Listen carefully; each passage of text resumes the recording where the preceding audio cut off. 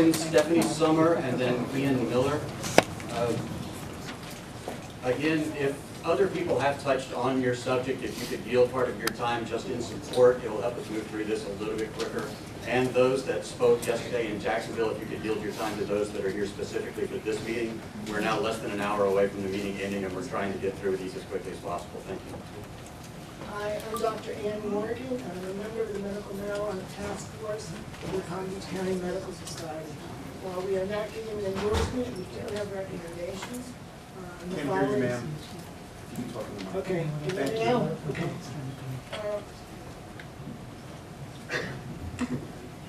Thank you. There's a medical marijuana task force at the Palm Beach County Medical Society. While we are not giving an endorsement, we would like to make some guidelines and recommendations to the Office of Compassionate Care. We ask that the patients that receive medical marijuana be a permanent Florida resident. For minors, there would be a second certified physician from a separate medical practice. The physicians ordering the medical marijuana need a valid, unrestricted license to practice medicine, as well as a valid, unrestricted TPA certificate. There also must be a bona fide physician-patient relationship. I know many people here today are asking or concerned about the 90-day waiting period, but we believe that's necessary in order to ascertain correct diagnosis, continuity of care, and verification of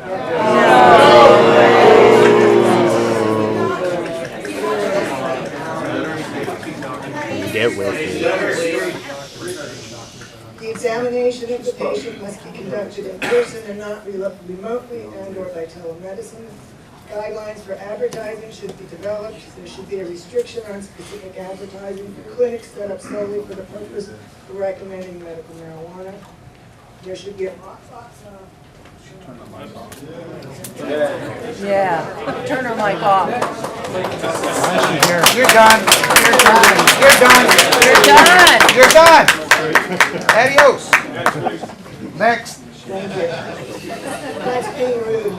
No, that ain't. There should be a lockbox provided at the first time a patient goes to a dispensary for safety of children. There should be access in the municipalities that have already declared moratoriums. And we expect good independent testing because of the petroleum products, pesticides, and molds. The Board of Medicine, as it was said before, is a regulatory agency. I am a practicing physician. I do not need the Board of Medicine to tell me what diagnoses are. Also, for the reports that are being submitted to the University of Florida, we ask for transparency that we can see those reports. Thank you. Thank you, Dr. Morgan. Stephanie Sommer. Ian Miller and Charles Schultz, if you could make your way towards the microphone, please. Hello. I'd like to first thank the Florida Department of Health for opening up this forum.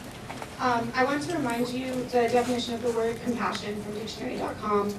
A feeling of deep sympathy and sorrow for another who is stricken by misfortune accompanied by a strong desire to alleviate the suffering.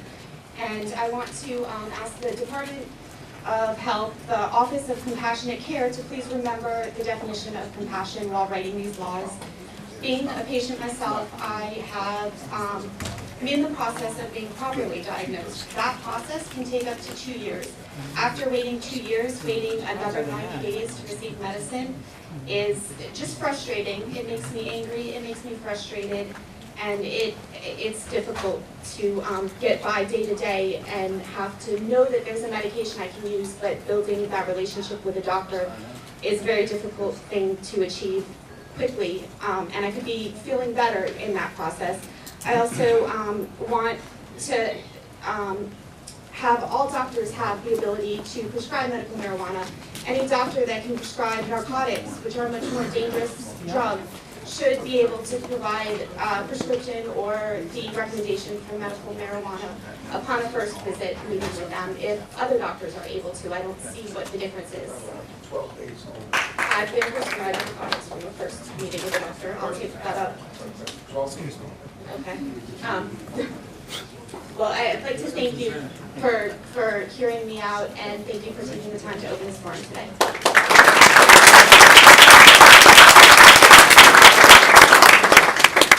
Ian Miller, Charles Schultz, Sheridan Rafer, if you could all make your way towards the microphone, please.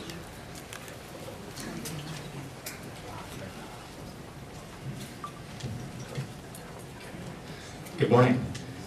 So I represent one of the many licensed facilities in the state of Nevada, and among many other amazing things that everyone has brought to the fore here, my goal is to advocate a bit more for independent testing laboratories as well as horizontal development of the industry. A quick cautionary tale just for the folks who have sort of never seen these things. In Canada, there is a delivery model, right? There's no retail experience. And if you were to go to one of the LPs in Canada and see the product that goes into that delivery system, you might be really surprised.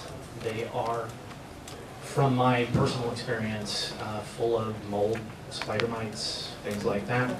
The reason why the retail experience works so well, for example in Nevada, for example in Colorado, is that the quality of the product can be visually verified. So that's a big component of what we need to address here in Florida in terms of the sort of dispensing organizations. Then for labs, they are an absolute necessity for this industry. Public safety is not well served by having lab analysis done in-house, nor by the state. These need to be entities that are held accountable on their own merits. They should be ultimately responsible to testing and verification via ISO, if everyone knows what that is. And essentially the duty of those labs is to assure that what you're taking into your body is in fact safe. Thank you.